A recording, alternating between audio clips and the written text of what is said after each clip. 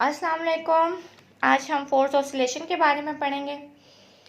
Force oscillation के बारे में हम थोड़ा सा ये थ्योरी लिखी हुई है वो हम पढ़ते हैं उसको। When a body oscillate by being influenced by an external periodic force it is called force oscillation. ये देखें, अगर हमारे पास ये है एक पेंडुलम है या स्विंग कह दें, हम इसको फोर्स यहाँ से भी अप्लाई कर रहे हैं, यहाँ से भी अप्लाई कर रहे हैं। पहले ये यहाँ से हम फोर्स अप्लाई करेंगे इसको तो ये यहाँ चला जाएगा, ठीक हो गया। यहाँ से हम अगर दोबारा फोर्स अप्लाई कर रहे हैं तो ये क्या, ये मूव हो गया, मतलब टू एंड फ्रो ये क्या हो गया, मोशन शो करेगा।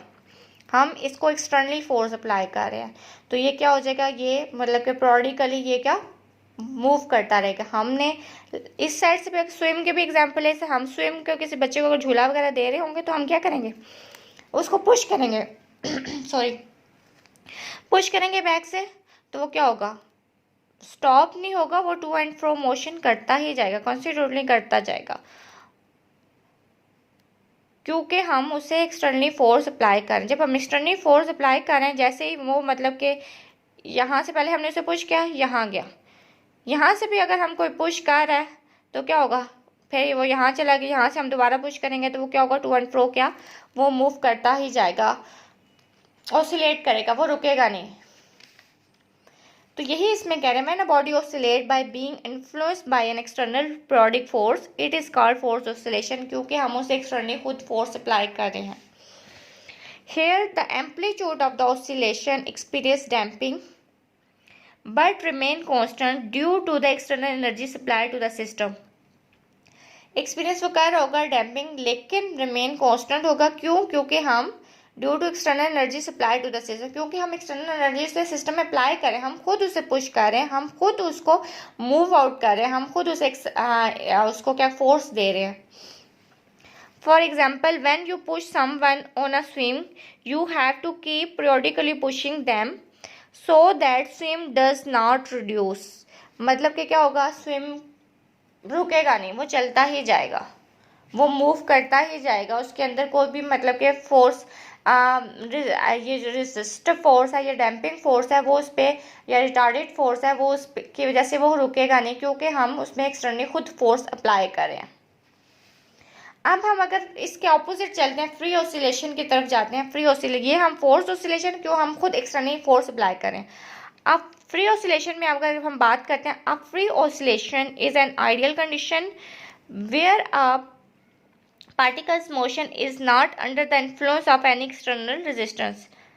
क्या कह रहे हैं कि free oscillation is ideal condition है where a particle motion is not under the influence of any external resistance. उसके ऊपर कोई भी इन्फ्लुएंस नहीं, कोई भी असर नहीं है किसी भी एक्सटर्नल रेजिस्टेंस का, कोई भी हम एक्सटर्नल फोर्स को नहीं अप्लाई करें। It is the motion with the natural frequency of the particle and constant amplitude energy and the period.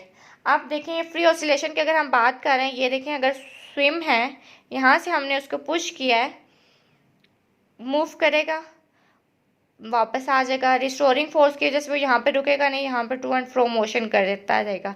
लेकिन एक टाइम ऐसा आएगा कि वो क्या होगा, उसकी जो स्विम की होगी वो मतलब कि स्टॉप हो जाएगी, रेजिस्टेंट फोर्स की वजह से, डैम्पिंग फोर्स की या रिटार्डिंग फोर्स की वजह से वो क्या हो जाएगा, फ्रिक्शन फोर्सेस की वजह से वो क्या हो जाएगा, स्टॉप कर दे। क्योंकि हमने उसको सिर्फ एक दफ़ा हमने उसको फोर्स अप्लाई किया, जस्ट फर्स्ट टाइम हमने उसे पुश किया तो उसने जस्ट मूव किया, अपनी ओन उसकी एनर्जी जो उसके अंदर रेजिस्टिव फोर्स थी या रिस्टोरिंग फोर्स थी उसकी वजह से वो मूव कर रहा है, और अनटिल मतलब कि उसका क्या आहिस्ता आहिस्ता उसका एम्पलीट्यूड डिक्रीज होना शुरू कर दिया। लेकिन फोर्स ऑसिलेशन में ऐसा कुछ नहीं होगा। फोर्स ऑसिलेशन में वो ये होगा कि हम हर दफ़ा हम उसे पुश करेंगे, जब भी वो आएगा हर दफ़ा हम उसे पुश करेंगे तो वो क्या होगा, कंटिन्यूसली वो क्या होगा, टू एंड फ्रो मोशन करता जाएगा। आगे एक्सप्लेनेशन में देखते हैं फोर्स एंड ऑसिलेशन की। A common example of a force oscillation is a dam oscillator driven by an external force that varies periodically, such as जो एक हम external force कर रही है, वो जो हम अप्लाई कर रहे हैं वो क्या है, periodically, such as जो उसकी हम वैल्यू है जो हमने external force किया है f of t is equal to f naught sin omega t, क्योंकि वो periodically मूव कर रहा है। इसमें ये जो ओमेगा है angular frequency of driving force है, एफ नॉट हमारे पास कांस्टेंट है।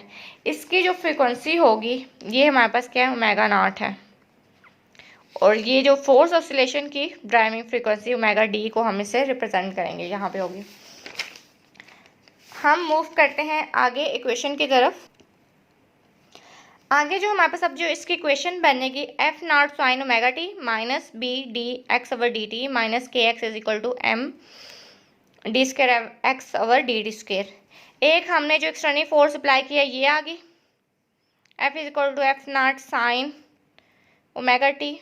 सेकेंड जो रेजिस्टिव फोर्स थी, जो फ्रिक्शन फोर्स थी, वो माइनस बी भी आ गई, क्योंकि जिस फोर्स पे हम अप्लाई कर रहे हैं उसके ऑपोजिट है इसलिए।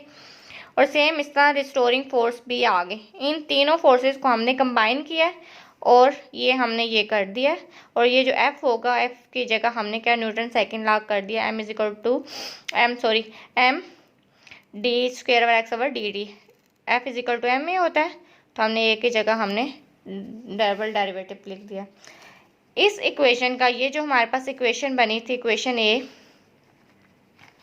इसका जो सोल्यूशन है x इज इक्वल टू, हमने जो सपोज किया x is equal to a cos bracket omega t plus phi है।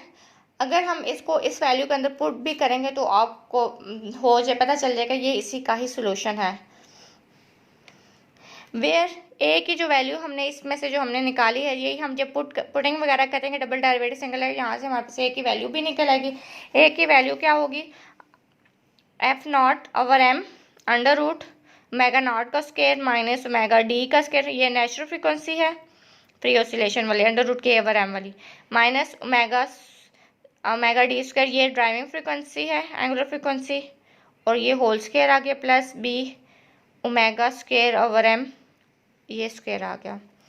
इसको अगर हम सिंप्लीफाई करते हैं, एम को हम नीचे कर लेते हैं, तो हमारे पास ये आ जाएगा एम का स्क्वायर ओमेगा नॉट का स्क्वायर माइनस ओमेगा डी का स्क्वायर, ये ओवरऑल फुल इसके फुल स्क्वायर आ गया, plus omega square d b square, और ये फुल ब्रैकेट के ऊपर क्या हो गया, फुल वैल्यू के ऊपर 1/2। आगे हम दो केसेस इसमें डिस्कस करते हैं कि अगर हमारे पास स्मॉल डैम्पिंग हो ड्यूरिंग फ्रीक्वेंसी, स्मॉल डैम्पिंग होगी कब होगी, जब हमारे पास during frequency away from the natural frequency होगी। जब ड्राइविंग फ्रीक्वेंसी होगी वो हमारे पास अवे फ्रॉम नेचुरल फ्रीक्वेंसी होगी, तो हमारे पास क्या होगा, मीन्स अगर हमारे पास नेचुरल फ्रीक्वेंसी एफ जो ये है ओमेगा नॉट, ये हमारे पास 20 है, ओमेगा डी हमारे पास क्या 80 है या 80 90 है, फॉर अवे बहुत ज़्यादा दूर है ना, तो हमारे पास क्या होगा, एफ की वैल्यू ए की वैल्यू हमारे पास क्या आ जाएगी, ये वाला फैक्टर आएगा, और ये जो फैक्टर होगा ये ज़ीरो हो जाएगा। क्यों, कैसे होगा, सपोज अगर देखिए हमारे पास ऊपर स्मॉल वैल्यू और नीचे हमारे पास ग्रेटर वैल्यू, तो ऑब्वियसली ये क्या हो जाएगी, वैल्यू ज़ीरो ही हो जाएगी। जैसे देखिए अगर ऊपर 1 है, नीचे अगर 1000 है, तो क्या हो जाएगी, डिवाइड करेंगे तो 0.001 आ जाएगा, तो बहुत ज़्यादा लेस वैल्यू। अगर यहाँ पे हम और ज़्यादा करते जाएंगे, अगर डोमिनेटर हमारे पास ज़्यादा हो, नीचे वाली जो वैल्यू अगर ज़्यादा होगी, तो ऑब्वियसली वो क्या वैल्यू की तरफ, ज़ीरो की तरफ चले, तो हमारे पास ये जो टर्म होगी ये हमारे पास क्या ज़ीरो हो जाएगी। और जो ए की वैल्यू जो एम्पलीट्यूड है जो है इसका, वो हमारे पास A is equal to F naught M omega naught square minus omega square over D, ये आ जाएगा, ये वाली टर्म आ जाएगी, और स्क्वायर इससे कैंसिल आउट हो जाएगा अंडर रूट से। अब हम सेकंड केस की बात करते हैं। सेकंड केस में हमने कहा ड्राइविंग फ्रीक्वेंसी जो है वो क्लोज हो गया नेचुरल फ्रीक्वेंसी की तरफ, तो हमारे पास क्या होगी, मीन्स कि अगर एक हमारे पास क्या है ओमेगा नॉट, अगर हमारे पास 20 है, तो ओमेगा डी भी हमारे पास, या हम 19 कर देते 21 कर देते हैं, मिस क्लोजर वैल्यू है, तो हमारे पास क्या होगा, ये वाली जो वैल्यू होगी, ये वाली जो वैल्यू होगी, ये हम क्या इसको कर देंगे ज़ीरो हो जाएगी, ये जो माइनस वाली है, तो ये वाला हमारे पास टर्म आ जाएगा। तो ए की वैल्यू हमारे पास क्या आ गई, एम्पलीट्यूड की वैल्यू क्या है, F not over omega d over b, ठीक है, और डी ये सब्सक्रिप्ट में है, omega not over omega d, और ये हमारे पास बी डैम्पिंग कोफिशिएंट है। द ड्रामेटिकल इंक्रीज मीन्स के यहाँ पे हमने क्या केस लिया, omega approximately is equal to omega d, तो इसकी वजह से जो नेगेटिव फैक्टर था वो हमारे पास ज़ीरो आ गया, तो हमारे एम्पलीट्यूड की ये वैल्यू हो गई। The dramatic increase in amplitude near the natural frequency is called resonance. इस पॉइंट पे हमारे पास क्या हो जाए, एम्पलीट्यूड की वैल्यू ज़्यादा हो जाएगी। एम्पलीट्यूड ज़्यादा होगी तो हमारे पास क्या रेजोनेंस हो जाएगा। क्या करें, the dramatic increase in amplitude, amplitude में क्या हो गया, इंक्रीज हो गया near the natural frequency is called resonance and the natural frequency mega naught is also called resonant frequency of the system। आगे हम ये एक वो हमने कर्व लिया हुआ है, एक ग्राफ लिया हुआ है। हमारे पास ग्राफ किसके बारे में है, एंगुलर फ्रीक्वेंसी और एम्पलीट्यूड के बारे में। ठीक हो गया, ये हमारे पास एंगुलर फ्रीक्वेंसी है, 0 से लेकर हमने मेगा लिया और यहाँ पे हमने 0 से लेके ए ले लिया। अब देखिए हमारे पास अनडैम्प कंडीशन है, मीन्स के डैम्पिंग नहीं हो रही, तो हमारे पास क्या है, बी की वैल्यू हमने क्या कर दिया, 0 कर दिया। पीक हमारे पास क्या है, ज़्यादा है। एम्पलीट्यूड क्या हमारे पास इंक्रीज होगा, मीन्स अगर डैम्पिंग नहीं है, अगर रेजिस्टेंस नहीं है तो वो क्या हो गया, रेजिस्टिव फोर्स ही नहीं कोई अप्लाई हो रही, तो उसका क्या एम्पलीट्यूड क्या होगा, ज़्यादा हो जाएगा।